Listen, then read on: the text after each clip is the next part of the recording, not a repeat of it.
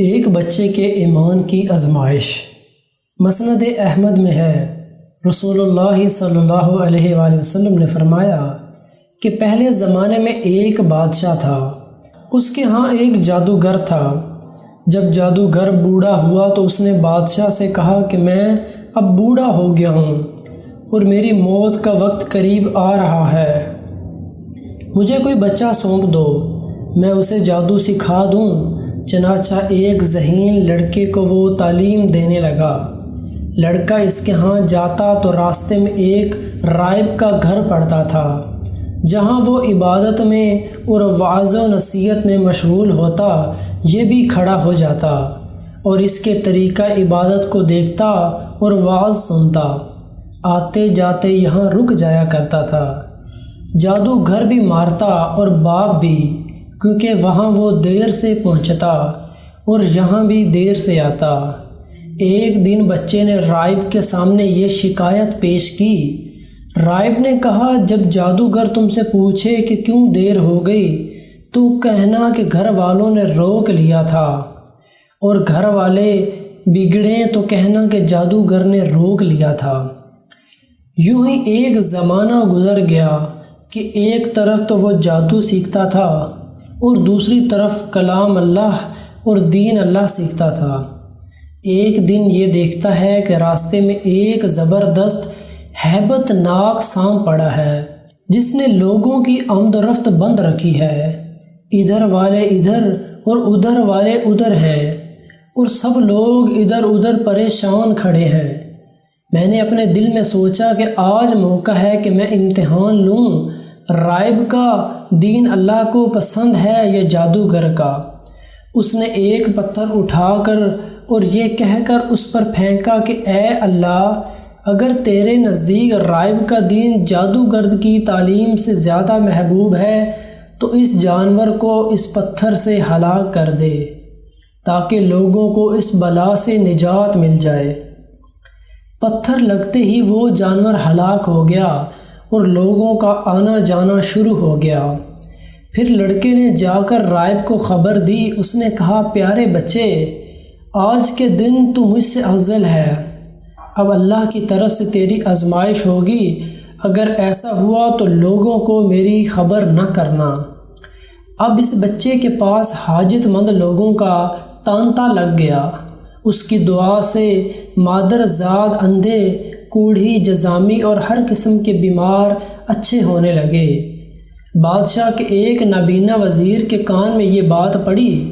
وہ بڑے تحفے تحائف لے کر حاضر ہوا اور کہنے لگا کہ مجھے شفا دے دے تو یہ سب کچھ تجھے دے دوں گا۔ اس نے کہا کہ شفا میرے ہاتھ میں نہیں، میں تو کسی کو شفا نہیں دے سکتا۔ شفا دینے والا اللہ وحدہ لا شریک ہے، اگر تو اس پر ایمان لانے کا وعدہ کرے تو میں دعا کروں۔ اس نے اقرار کیا۔ بچے نے اس کے لیے دعا کی، اللہ نے اسے شفا دے دی۔ وہ بادشاہ کے دربار میں آیا اور جس طرح اندھا ہونے سے پہلے کام کرتا تھا اسی طرح کام کرنے لگا۔ اس کی آنکھیں بالکل روشن تھیں۔ بادشاہ نے متعجب ہو کر پوچھا کہ تجھے آنکھیں کس نے دیں؟ اس نے کہا، میرے رب نے۔ بادشاہ نے کہا، ہاں، یعنی میں نے دی ہیں۔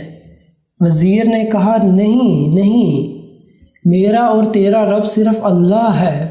اب بادشاہ نے اس کی مار پیٹ شروع کر دی اور طرح طرح کی تکلیفیں دیں اور پوچھنے لگا کہ تجھے یہ تعلیم کس نے دی؟ آخر اس نے بتایا کہ میں نے اس بچے کے ہاتھ پر اسلام قبول کیا ہے۔ اس نے اسے بلایا اور کہا، اب تم جادو میں کامل ہو گئے ہو، اندھوں کو دیکھتا اور بیماروں کو تندرست کرنے لگے ہو۔ اس نے کہا، غلط، میں کسی کو شفا نہیں دے سکتا، نہ جادوگر ہوں، شفا اللہ تعالیٰ کے ہاتھ میں ہے۔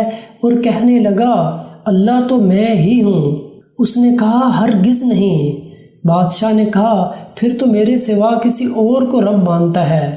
اس نے کہا کہ میرا اور تیرا رب اللہ ہے۔ اس نے اب اس بچے کی طرح طرح کی سزائیں دینی شروع کر دیں، یہاں تک کہ راہب کو پتہ لگا لیا اور راہب کو بلا کر کہا کہ اسلام چھوڑ دے۔ اس نے انکار کیا تو بادشاہ نے اسے آرے سے چروا دیا۔ پھر اس نوجوان نے کہا کہ تو بھی دین اسلام سے پھر جا۔ اس نے بھی انکار کیا تو بادشاہ نے اپنے سپاہیوں کو حکم دیا کہ اسے فلاں پہاڑ کی چوٹی پر لے جاؤ، وہاں پہنچ کر بھی اگر دین سے باز آ جائے تو اچھا ہے، ورنہ وہیں سے لڑکھا دیں۔ چنانچہ سپاہی اسے پہاڑ کی چوٹی پر لے گئے۔ جب اسے دھکا دینا چاہا تو اس نے اللہ سے دعا کی، اے اللہ، جس طرح تو چاہے مجھے اس سے نجات دے۔ اس دعا کے ساتھ ہی پہاڑ ہلا اور سب سپاہی لڑک گئے، صرف وہی بچہ ہی باقی بچا رہا۔ وہاں سے بادشاہ کے پاس گیا۔ بادشاہ نے کہا، یہ کیا ہوا؟ میرے سب سپاہی کہاں ہیں؟ بچے نے کہا، اللہ نے مجھے بچا لیا اور وہ سب ہلاک ہو گئے۔ بادشاہ نے اپنے دوسرے سپاہیوں کو حکم دیا کہ اسے کشتی میں بٹھا کر لے جاؤ اور سمندر میں پھینک آؤ۔ یہ لوگ اسے لے کر چلے۔ بیچ سمندر کے پہنچ کر جب اسے پھینکا چاہا تو پھر وہی دعا کی، اے اللہ، جس طرح تو چاہے مجھے ان سے بچا۔ دعا کے ساتھ ہی موج اٹھی اور سارے کے سارے سپاہی سمندر میں ڈوب گئے، صرف وہی بچہ باقی بچا۔ پھر وہ بادشاہ کے پاس آیا اور کہنے لگا، میرے رب نے مجھے بچا لیا، اور اے بادشاہ، تو چاہے کتنی تدبیریں بھی کر لے تو مجھے ہلاک نہیں کر سکتا۔ صرف ایک صورت ہے، جس طرح میں کہوں اگر تو اس طرح کرے تو میری جان نکل سکتی ہے۔